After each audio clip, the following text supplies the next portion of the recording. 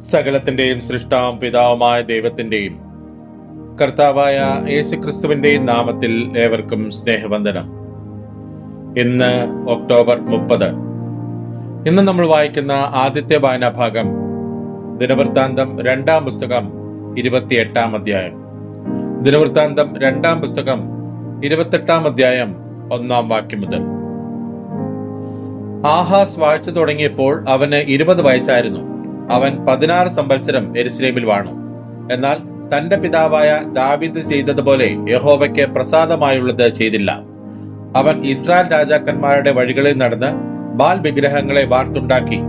അവൻ ബെൻഹിന്നം താഴ്വരയിൽ ധൂപം കാട്ടുകയും ഇസ്രായേൽ മക്കളുടെ മുമ്പിൽ നിന്ന് യഹോവ നീക്കിക്കളഞ്ഞ ജാതികളുടെ മ്ലേച്ഛാചാര പ്രകാരം തന്റെ പുത്രന്മാരെ അഗ്നിപ്രവേശം ചെയ്യിക്കുകയും ചെയ്തു.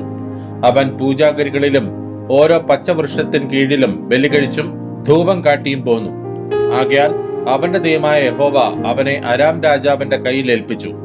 അവർ അവനെ തോൽപ്പിച്ച് അവരിൽ അസംഖ്യം പേരെ പിടിച്ച് ദമശ്കേക്കിലേക്ക് കൊണ്ടുപോയി. അവൻ ഇസ്രായേൽ രാജാവിന്റെ കയ്യിലും ഏൽപ്പിക്കപ്പെട്ടു. അവനും അവനെ അതികഠിനമായി തോൽപ്പിച്ചു. അവർ തങ്ങളുടെ പിതാക്കന്മാരുടെ ദൈവമായ യഹോവയെ ഉപേക്ഷിച്ചതുകൊണ്ട് മെരല്യാവിന്റെ മകനായ പേക്കഹ് യഹൂദായിൽ 120,000 പേരെ ഒരേ ദിവസം സംഹരിച്ചു. അവരെല്ലാവരും പരാക്രമശാലികളായിരുന്നു. എഫ്രൈമ വീരനായ സിക്രി, രാജകുമാരനായ മയശയാവെയും രാജധാനി വിചാരകനായ അസ്രിക്കാമിനെയും രാജാവിന് രണ്ടാമനായിരുന്ന എൽക്കാനെയും കൊന്നുകളഞ്ഞു. ഇസ്രായേലിൽ തങ്ങളുടെ സഹോദര ജനത്തിൽ സ്ത്രീകളും പുത്രന്മാരും പുത്രിമാരുമായി 2 ലക്ഷം പേരെ പിടിച്ചുകൊണ്ടുപോയി. വളരെ കൊള്ളയിട്ട് കൊള്ളയും ശമരിയിലേക്ക് കൊണ്ടുപോയി. എന്നാൽ ഓദേദ് എന്ന പേരോടെ യഹോവയുടെ ഒരു പ്രവാചകൻ അവിടെ ഉണ്ടായിരുന്നു. അവൻ ശമരിയയിലേക്ക് വന്ന സൈന്യത്തെ എതിരേറ്റ് ചെന്ന് അവരോട് പറഞ്ഞത്, നിങ്ങളുടെ പിതാക്കന്മാരുടെ ദൈവമായ യഹോവ യഹൂദയോട് കോപിച്ചിരിക്കൊണ്ട് അവരെ നിങ്ങളുടെ കയ്യിൽ ഏൽപ്പിച്ചു. നിങ്ങൾ അവരെ ആകാശപര്യന്തമെത്തുന്ന ക്രോധത്തോടെ സംഹരിച്ചിരിക്കുന്നു.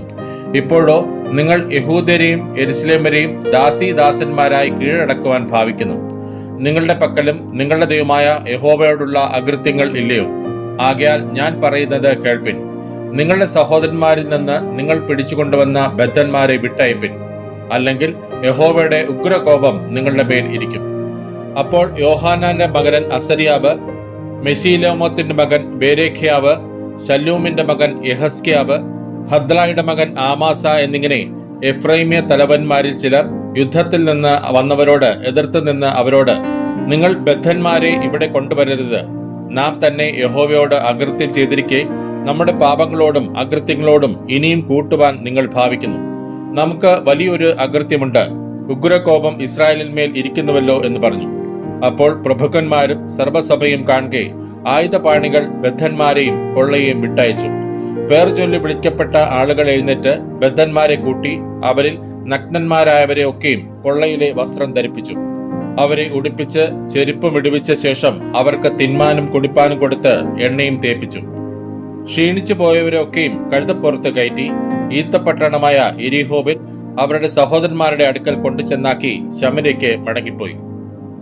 ആ കാലത്ത് ആഹാസ് രാജാവ് തന്നെ സഹായിക്കേണ്ടതിന് അശൂർ രാജാക്കന്മാരുടെ അടുക്കൽ ആളയച്ചു. ഏദോമർ പിന്നെയും വന്ന് യഹൂദ്യരെ തോൽപ്പിക്കുകയും ബദ്ധന്മാരെ പിടിച്ചു കൊണ്ടുപോവുകയും ചെയ്തു. ഫെലിസ്ത്യരും താഴ്വീതിയിലും യഹൂദയുടെ തെക്കുമുള്ള പട്ടണങ്ങളെ ആക്രമിച്ച് ബേത്ത്ശേമെശും അയ്യാലോനും ഗദേരോത്തും സോഖോവും അതിനോട് ചേർന്ന ഗ്രാമങ്ങളും തിന്മായും അതിനോട് ചേർന്ന ഗ്രാമങ്ങളും ഗിബ്സോവും അതിനോട് ചേർന്ന ഗ്രാമങ്ങളും പിടിച്ച് അവിടെ പാർത്തു. ഇസ്രായേൽ രാജാവായ ആഹാസ് യഹൂദായിൽ നിർമര്യാദം കാണിച്ച് യഹോവയോട് മഹാദ്രോഹം ചെയ്തതുകൊണ്ട് അവന്റെ നിമിത്തം യഹോവ യഹൂദായെ താഴ്ത്തി. അശൂർ രാജാവായ തിഗ്ലത്ത് പിൽനേസർ അവന്റെ അടുക്കൽ വന്നിട്ട് അവനെ ബലപ്പെടുത്താതെ ഞെരുക്കിയതേയുള്ളൂ. ആഹാസ് യഹോവയുടെ ആലയത്തിൽ നിന്നും രാജധാനിയിൽ നിന്നും പ്രഭുക്കന്മാരുടെ പക്കൽ നിന്നും കവർന്നെടുത്ത് അശൂർ രാജാവിന് കൊടുത്തു. എങ്കിലും ഇതിനാൽ അവന് സഹായം ഉണ്ടായില്ല. ആഹാസ് രാജാവ് തന്റെ കഷ്ടകാലത്ത് കൂടെയും യഹോവയോട് അധികം ദ്രോഹം ചെയ്തു. എങ്ങനെയെന്നാൽ അരാം രാജാക്കന്മാരുടെ ദേവന്മാർ അവരെ സഹായിച്ചത് കൊണ്ട് അവർ എന്നെയും സഹായിക്കേണ്ടതിന് ഞാൻ അവർക്ക് ബലി കഴിക്കുമെന്ന് പറഞ്ഞ് അവൻ തന്നെ തോൽപ്പിച്ച ദമേശക്കിലെ ദേവന്മാർക്ക് ബലി കഴിച്ചു. എന്നാൽ അവ അവനും എല്ലാ ഇസ്രായേലിനും നാശകാരണമായി ഭവിച്ചു. ആഹാസ് ദേവാലയത്തിലെ ഉപകരണങ്ങളെ എടുത്ത് ദേവാലയത്തിലെ ഉപകരണങ്ങളെ ഉടച്ചു. യഹോവയുടെ ആലയത്തിന്റെ വാതിലുകൾ അടച്ചു കളഞ്ഞ് യെരൂശലേമിന്റെ ഓരോ മൂലയിലും ബലിപീഠങ്ങൾ ഉണ്ടാക്കി. അന്യദേവന്മാർക്ക് ധൂപം കാട്ടുവാൻ അവൻ യഹൂദായിലെ ഓരോ പട്ടണത്തിലും പൂജാഗിരികൾ ഉണ്ടാക്കി തന്റെ പിതാക്കന്മാരുടെ ദൈവമായ യഹോവയെ കോപിപ്പിച്ചു.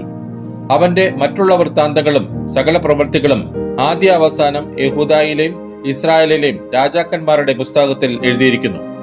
ആഹാസ് തന്റെ പിതാക്കന്മാരെ പോലെ നിദ്ര പ്രാപിച്ചു.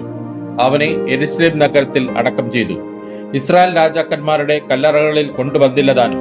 അവന്റെ മകനായ യെഹസ്കേയാവ് അവന് പകരം രാജാവായി. ഇന്ന് നമ്മൾ വായിക്കുന്ന രണ്ടാമത്തെ വായനാഭാഗം ദാനിയേലിന്റെ പുസ്തകം 8-ാം അധ്യായം. ദാനിയേലിന്റെ പുസ്തകം 8-ാം അധ്യായം 1-ാം വാക്യം മുതൽ. ദാനിയേൽ എന്ന എനിക്ക് ആദിയിൽ ഉണ്ടായതിന്റെ ശേഷം ബേൽശസ്സർ രാജാവിന്റെ വാഴ്ചയുടെ 3-ാം ആണ്ടിൽ ഒരു ദർശനമുണ്ടായി. ഞാൻ ഒരു ദർശനം കണ്ടു. ഏലാം സംസ്ഥാനത്തിലെ ശൂശൻ രാജധാനിയിൽ ആയിരുന്നപ്പോൾ അത് കണ്ടു. ഞാൻ ഊലായ് നദീതീരത്ത് നിൽക്കുന്നതായി ദർശനത്തിൽ കണ്ടു. ഞാൻ തലപൊക്കിയപ്പോൾ 2 കൊമ്പുള്ള ഒരു ആട്ടുകൊറ്റൻ നദീതീരത്ത് നിൽക്കുന്നത് കണ്ടു. ആ കൊമ്പുകൾ നീണ്ടവയായിരുന്നു, ഒന്ന് മറ്റതിനേക്കാൾ അധികം നീണ്ടത്. അധികം നീണ്ടത് ഒടുക്കം മുളച്ചു വന്നതായിരുന്നു. ആ ആട്ടുകൊറ്റൻ പടിഞ്ഞാറോട്ടും വടക്കോട്ടും തെക്കോട്ടും ഇടിക്കുന്നത് ഞാൻ കണ്ടു. ഒരു മൃഗത്തിനും അതിന്റെ മുമ്പാകെ നിൽപ്പാൻ കഴിഞ്ഞില്ല. അതിന്റെ കയ്യിൽ നിന്ന് രക്ഷിക്കാവുന്നവനും ആരുമില്ല. അത് ഇഷ്ടം പോലെ ചെയ്ത് വമ്പ് കാട്ടിപ്പോന്നു. ഞാൻ നോക്കിക്കൊണ്ടിരിക്കുമ്പോൾ ഒരു കോലാട്ടുകൊറ്റൻ പടിഞ്ഞാറ് നിന്ന് നിലം തൊടാതെ സർവ്വഭൂതലത്തിലും കൂടി വന്നു. ആ കോലാട്ടുകൊറ്റന് കണ്ണുകളുടെ നടുവിൽ വിശേഷമായൊരു കൊമ്പുണ്ടായിരുന്നു. അത് നദീതീരത്ത് നിൽക്കുന്നതായി ഞാൻ കണ്ട 2 കൊമ്പുള്ള ആട്ടുകൊറ്റന്റെ നേരെ ഉഗ്രക്രോധത്തോടെ പാഞ്ഞു ചെന്നു. അത് ആട്ടുകൊറ്റനോട് അടുക്കുന്നത് ഞാൻ കണ്ടു. അത് ആട്ടുകൊറ്റനോട് ക്രുദ്ധിച്ചു. അതിനെ ഇടിച്ച് അതിന്റെ കൊമ്പ് 2ഉം തകർത്തു കളഞ്ഞു. അതിന്റെ മുമ്പിൽ നിൽപ്പാൻ ആട്ടുകൊറ്റന് ശക്തിയില്ലാതെയിരുന്നു. അത് അതിനെ നിലത്ത് തള്ളിയിട്ട് ചവിട്ടിക്കളഞ്ഞു. അതിന്റെ കയ്യിൽ നിന്ന് ആട്ടുകൊറ്റനെ രക്ഷിപ്പാൻ ആരും ഉണ്ടായിരുന്നില്ല. കോലാട്ടുകൊറ്റൻ ഏറ്റവും വലുതായി തീർന്നു. എന്നാൽ അത് ബലപ്പെട്ടപ്പോൾ വലിയ കൊമ്പ് തകർന്നുപോയി. അതിനു പകരം ആകാശത്തിലെ 4 കാറ്റിന് നേരെ ഭംഗിയുള്ള 4 കൊമ്പ് മുളച്ചു വന്നു. അവയിൽ ഒന്നിൽ നിന്ന് ഒരു ചെറിയ കൊമ്പ് പുറപ്പെട്ടു. അത് തെക്കോട്ടും കിഴക്കോട്ടും മനോഹര ദേശത്തിന് നേരെയും ഏറ്റവും വലുതായി തീർന്നു. അത് ആകാശത്തിലെ സൈന്യത്തോളം വലുതായി തീർന്നു. സൈന്യത്തിലും നക്ഷത്രങ്ങളിലും ചിലതിനെ നിലത്ത് തള്ളിയിട്ട് ചവിട്ടിക്കളഞ്ഞു. അത് സൈന്യത്തിന്റെ അധിപതിയോളം തന്നെത്താൻ വലുതാക്കി അവനുള്ള നിരന്തര ഹോമയാഗം അപഹരിക്കുകയും അവന്റെ വിശുദ്ധ മന്ദിരം ഇടിച്ചു കളയുകയും ചെയ്തു. അതിക്രമം ഹേതുവായി നിരന്തര ഹോമയാഗത്തിനെതിരായി ഒരു സേവ നിയമിക്കപ്പെടും. അത് സത്യത്തെ നിലത്ത് തള്ളിയിടുകയും കാര്യം നടത്തി സാധിപ്പിക്കുകയും ചെയ്യും. അനന്തരം ഒരു വിശുദ്ധൻ സംസാരിക്കുന്നത് ഞാൻ കേട്ടു. സംസാരിച്ചു കൊണ്ടിരുന്ന വിശുദ്ധനോട് മറ്റൊരു വിശുദ്ധൻ വിശുദ്ധ മന്ദിരത്തെയും സേവയും ചവിട്ടിക്കളയേണ്ടതിന് ഏൽപ്പിച്ചു കൊടുപ്പാൻ തക്കവണ്ണം നിരന്തര ഹോമയാഗത്തെയും ശൂന്യമാക്കുന്ന അതിക്രമത്തെയും കുറിച്ച് ദർശനത്തിൽ കണ്ടിരിക്കുന്നത് എത്രത്തോളം നിൽക്കുമെന്ന് ചോദിച്ചു. അതിന് അവൻ അവനോട് 2300 സന്ധ്യയും ഉഷസ്സും തികയോളം തന്നെ. പിന്നെ വിശുദ്ധ മന്ദിരം യഥാസ്ഥാനപ്പെടും. എന്നാൽ ദാനിയേൽ എന്ന ഞാൻ ഈ ദർശനം കണ്ടിട്ട് അർത്ഥം ആലോചിച്ചു കൊണ്ടിരിക്കുമ്പോൾ ഒരു പുരുഷരൂപം എന്റെ മുമ്പിൽ നിൽക്കുന്നത് കണ്ടു. ഗബ്രിയേലേ, ഇവന് ഈ ദർശനം ഗ്രഹിപ്പിച്ചു കൊടുക്ക എന്ന് ഊലായി തീരത്ത് നിന്ന് വിളിച്ചു പറയുന്ന ഒരു മനുഷ്യന്റെ ശബ്ദം ഞാൻ കേട്ടു. അപ്പോൾ ഞാൻ നിന്നടുത്ത് അവൻ അടുത്തു വന്നു. അവൻ വന്നപ്പോൾ ഞാൻ ഭയപ്പെട്ട് സാഷ്ടാംഗം വീണു. എന്നാൽ അവൻ എന്നോട്, മനുഷ്യപുത്ര, ഗ്രഹിച്ചു കൊള്ളുക, ഈ ദർശനം അന്ത്യകാലത്തേക്കുള്ളതാകുന്നു എന്ന് പറഞ്ഞു. അവൻ എന്നോട് സംസാരിച്ചു കൊണ്ടിരിക്കുമ്പോൾ ഞാൻ ബോധം കെട്ട് നിലത്ത് കവിണ്ണു വീണു. അവൻ എന്നെ തൊട്ട് എഴുന്നേൽപ്പിച്ച് നിർത്തി. പിന്നെ അവൻ പറഞ്ഞത്, കോപത്തിന്റെ അന്ത്യകാലത്തിങ്കൽ സംഭവിപ്പാനിരിക്കുന്നത് ഞാൻ നിന്നെ ഗ്രഹിപ്പിക്കും. അത് അന്ത്യകാലത്തേക്കുള്ളതല്ലോ. 2 കൊമ്പുള്ളതായി നീ കണ്ട ആട്ടുകൊറ്റൻ പാഴ്സ്യ രാജാക്കന്മാരെ കുറിക്കുന്നു. പരിപരുത്ത കോലാട്ടുകൊറ്റൻ യവന രാജാവും അതിന്റെ കണ്ണുകളുടെ നടുവിലുള്ള വലിയ കൊമ്പ് 1-ാമത്തെ രാജാവും ആകുന്നു. അത് തകർന്ന ശേഷം അതിനു പകരം 4 കൊമ്പ് മുളച്ചതോ 4 രാജ്യം ആ ജാതിയിൽ നിന്നുത്ഭവിക്കും. അതിന്റെ ശക്തിയോടെ അല്ലതാനും. എന്നാൽ അവരുടെ രാജ്യത്വത്തിന്റെ അന്ത്യകാലത്ത് അതിക്രമക്കാരുടെ അതിക്രമം തികയുമ്പോൾ ഉഗ്രഭാവവും ഉപായബുദ്ധിയുമുള്ളൊരു രാജാവ് എഴുന്നേൽക്കും. അവന്റെ അധികാരം വലുതായിരിക്കും, സ്വന്തം ശക്തിയാൽ അല്ലതാനും. അവൻ അതിശയമാവണ്ണം നാശം പ്രവർത്തിക്കുകയും കൃതാർത്ഥനായി അത് അനുഷ്ഠിക്കുകയും പലരെയും വിശുദ്ധ ജനത്തെ നശിപ്പിക്കുകയും ചെയ്യും. അവൻ നയബുദ്ധിയാൽ തന്റെ ഉപായം സാധിപ്പിക്കുകയും സ്വഹൃദയത്തിൽ വമ്പ് ഭാവിച്ച് നിശ്ചിതയോടിരിക്കുന്ന പലരെയും നശിപ്പിക്കുകയും കർത്താവിനോട് എതിർത്ത് നിന്ന് കൈ തൊടാതെ തകർന്നു പോവുകയും ചെയ്യും. സന്ധികളെയും ഉഷസ്സുകളെയും കുറിച്ച് പറഞ്ഞിരിക്കുന്ന ദർശനം സത്യമാകുന്നു.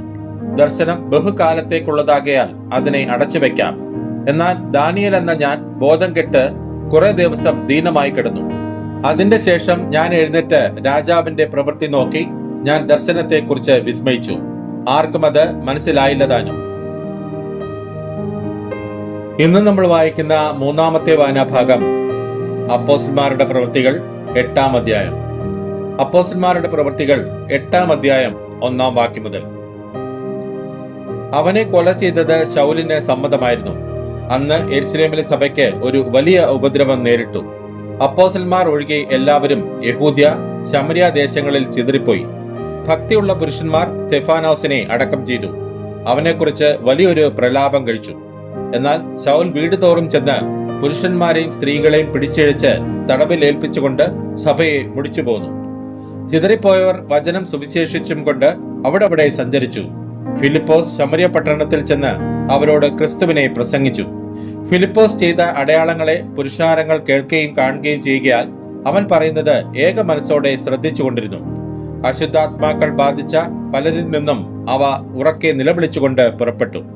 അനേകം പക്ഷപാതക്കാരും മുടന്തരും സൗഖ്യം പ്രാപിച്ചു. അങ്ങനെ ആ പട്ടണത്തിൽ വളരെ സന്തോഷമുണ്ടായി. എന്നാൽ ശിമോൻ എന്നു പേരുള്ളൊരു പുരുഷൻ ആ പട്ടണത്തിൽ ആഭിചാരം ചെയ്ത് താൻ മഹാൻ എന്ന് പറഞ്ഞ് ശമര്യജാതിയെ ഭ്രമിപ്പിച്ചു പോന്നു. ഇവൻ മഹതി എന്ന് ദൈവശക്തി ആകുന്നു എന്ന് പറഞ്ഞ് ആബാലവൃദ്ധം എല്ലാവരും അവനെ ശ്രദ്ധിച്ചു വന്നു. ഇവൻ ആഭിചാരം കൊണ്ട് ഏറെ കാലം അവരെ ഭ്രമിപ്പിക്കാലത്രേ അവർ അവനെ ശ്രദ്ധിച്ചത്. എന്നാൽ ദൈവരാജ്യത്തെയും യേശുക്രിസ്തുവിന്റെ നാമത്തെയും കുറിച്ചുള്ള സുവിശേഷം അറിയിക്കുന്ന ഫിലിപ്പോസിനെ അവർ വിശ്വസിച്ചപ്പോൾ പുരുഷന്മാരും സ്ത്രീകളും സ്നാനമേറ്റു. ശിമോൻ താനും വിശ്വസിച്ച് സ്നാനമേറ്റ് ഫിലിപ്പോസിനോട് ചേർന്ന് നിന്ന് വലിയ വീര്യപ്രവൃത്തികളും അടയാളങ്ങളും നടക്കുന്നത് കണ്ട് ഭ്രമിച്ചു. അനന്തരം യെരുശലേമിലുള്ള അപ്പോസ്തലന്മാർ ശമര്യർ ദൈവവചനം കൈക്കൊണ്ടു എന്ന് കേട്ട് പത്രോസിനെയും യോഹന്നാനെയും അവരുടെ അടുക്കൽ അയച്ചു. അവർ ചെന്ന് അവർക്ക് പരിശുദ്ധാത്മാവ് ലഭിക്കേണ്ടതിന് അവർക്കായി പ്രാർത്ഥിച്ചു. അന്ന് വരെ അവരിൽ ആരുടെ മേലും ആത്മാവ് വന്നിരുന്നില്ല. അവർ കർത്താവായ യേശുവിന്റെ നാമത്തിൽ സ്നാനമേറ്റിരുന്നതേ ഉള്ളൂ. അവർ അവരുടെ മേൽ കൈവച്ചപ്പോൾ അവർക്ക് പരിശുദ്ധാത്മാവ് ലഭിച്ചു. അപ്പോസ്തലന്മാർ കൈവച്ചതിനാൽ പരിശുദ്ധാത്മാവ് ലഭിച്ചത് ശിമോൻ കണ്ടാറേ അവർക്ക് ദ്രവ്യം കൊണ്ടുവന്ന്, ഞാൻ ഒരുത്തന്റെ മേൽ കൈവച്ചാൽ അവന് പരിശുദ്ധാത്മാവ് ലഭിപ്പാൻ തക്കവണ്ണം ഈ അധികാരം എനിക്കും തരയണം എന്ന് പറഞ്ഞു. പത്രോസ് അവനോട്, ദൈവത്തിന്റെ ദാനം പണത്തിന് വാങ്ങിക്കൊള്ളാം എന്ന് നീ നിരൂപിക്കൊണ്ട് നിന്റെ പണം നിന്നോടുകൂടെ നശിച്ചു പോകട്ടെ. നിന്റെ ഹൃദയം ദൈവസന്നിധിയിൽ നേരുള്ളതല്ലായക കൊണ്ട് ഈ കാര്യത്തിൽ നിനക്ക് പങ്കും ഓഹരിയുമില്ല. നീ ഈ വഷളത്വം വിട്ട് മാനസാന്തരപ്പെട്ട് കർത്താവിനോട് പ്രാർത്ഥിക്ക. ഒരുപക്ഷെ നിന്റെ ഹൃദയത്തിലെ നിരൂപണം ക്ഷമിച്ചു കിട്ടുമായിരിക്കും. നീ കൈപ്പുള്ള പകയിലും അനീതിയുടെ ബന്ധനത്തിലും അകപ്പെട്ടിരിക്കുന്നു എന്ന് ഞാൻ കാണുന്നു എന്ന് പറഞ്ഞു. അതിന് ശിമോൻ, നിങ്ങൾ പറഞ്ഞത് ഒന്നും എനിക്ക് ഭവിക്കാതിരിപ്പാൻ കർത്താവിനോട് എനിക്ക് വേണ്ടി പ്രാർത്ഥിപ്പിൻ എന്ന് ഉത്തരം പറഞ്ഞു. അവർ കർത്താവിന്റെ വചനം സാക്ഷീകരിച്ച് പ്രസംഗിച്ച ശേഷം ശമര്യക്കാരുടെ അനേകം ഗ്രാമങ്ങളിൽ സുവിശേഷം അറിയിച്ചുകൊണ്ട് യെരുശലേമിലേക്ക് മടങ്ങിപ്പോയി. അനന്തരം കർത്താവിന്റെ ദൂതൻ ഫിലിപ്പോസിനോട്, നീ എഴുന്നേറ്റ് തെക്കോട്ട് യെരുശലേമിൽ നിന്ന് ഗസയ്ക്കുള്ള നിർജ്ജനമായ വഴിയിലേക്ക് പോക എന്ന് പറഞ്ഞു. അവൻ പുറപ്പെട്ടു ചെന്നപ്പോൾ കന്ദക്ക എന്ന എത്യോപ്യ രാജ്ഞിയുടെ ഒരു ഷണ്ഡനും മഹാനും അവളുടെ എല്ലാ ഭണ്ഡാരത്തിനും മേൽവിചാരകനുമായ ഒരു എത്യോപ്യനെ കണ്ടു. അവൻ യെരുശലേമിൽ നമസ്കരിപ്പാൻ വന്നിട്ട് മടങ്ങിപ്പോകയിൽ തേരിലിരുന്ന് യെശയ്യാ പ്രവാചകന്റെ പുസ്തകം വായിക്കുകയായിരുന്നു. ആത്മാവ് ഫിലിപ്പോസിനോട്, നീ അടുത്ത് ചെന്ന് തേരിനോട് ചേർന്ന് നടക്ക എന്ന് പറഞ്ഞു. ഫിലിപ്പോസ് ഓടിച്ചെല്ലുമ്പോൾ യെശയ്യാ പ്രവാചകന്റെ പുസ്തകം വായിക്കുന്നത് കേട്ട്, നീ വായിക്കുന്നത് ഗ്രഹിക്കുന്നുവോ എന്ന് ചോദിച്ചതിന്, ഒരുത്തൻ പൊരുൾ തിരിച്ചു തരാഞ്ഞാൽ എങ്ങനെ ഗ്രഹിക്കും എന്ന് അവൻ പറഞ്ഞ് ഫിലിപ്പോസ് കയറി തന്നോടുകൂടെ ഇരിക്കണം എന്ന് അപേക്ഷിച്ചു. തിരുവെഴുത്തിൽ അവൻ വായിച്ച ഭാഗമാവിത്: അറുക്കുവാനുള്ള ആടിനെ പോലെ അവനെ കൊണ്ടുപോയി, രോമം കത്തിരിക്കുന്നവന്റെ മുമ്പാകെ മിണ്ടാതിരിക്കുന്ന കുഞ്ഞാടിനെ പോലെ അവൻ വായ് തുറക്കാതിരുന്നു. അവന്റെ താഴ്ചയിൽ അവന് ന്യായം കിട്ടാതെ പോയി. അവന്റെ തലമുറയെ ആർ വിവരിക്കും? ഭൂമിയിൽ നിന്ന് അവന്റെ ജീവനെ എടുത്തു കളയുന്നുവല്ലോ. ഷണ്ഡൻ ഫിലിപ്പോസിനോട്, ഇത് പ്രവാചകൻ ആരെക്കുറിച്ച് പറയുന്നു? തന്നെക്കുറിച്ചോ മറ്റൊരുത്തിനെ കുറിച്ചോ എന്ന് പറഞ്ഞു തരയണം എന്ന് അപേക്ഷിച്ചു. ഫിലിപ്പോസ് ഈ തിരുവെഴുത്ത് ആധാരമാക്കി അവനോട് യേശുവിനെ കുറിച്ചുള്ള സുവിശേഷം അറിയിപ്പാൻ തുടങ്ങി. അവർ ഇങ്ങനെ വഴി പോകുമ്പോൾ വെള്ളമുള്ളൊരു സ്ഥലത്ത് എത്തിയപ്പോൾ ഷണ്ഡൻ, ഇതാ വെള്ളം, ഞാൻ സ്നാനമേൽക്കുന്നതിന് എന്തു വിരോധം എന്ന് പറഞ്ഞു. അതിന് ഫിലിപ്പോസ്, നീ പൂർണ്ണ ഹൃദയത്തോടെ വിശ്വസിക്കുന്നുവെങ്കിൽ ആകാമെന്ന് പറഞ്ഞു.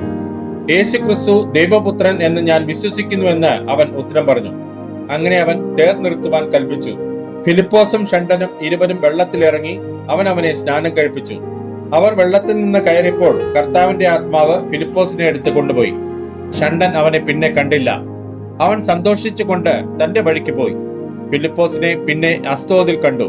അവൻ സഞ്ചരിച്ച് എല്ലാ പട്ടണങ്ങളിലും സുവിശേഷം അറിയിച്ചുകൊണ്ട് കൈസരയിൽ എത്തി. ഇന്ന് നമ്മൾ വായിച്ചു കേട്ട ഈ വേദഭാഗങ്ങളാൽ പിതാവായ ദൈവത്തിൽ നിന്നും കർത്താവായ ക്രിസ്തുയേശുവിൽ നിന്നും ഏവർക്കും കൃപയും കനിവും സമാധാനവും ഉണ്ടാകട്ടെ. ആമേൻ.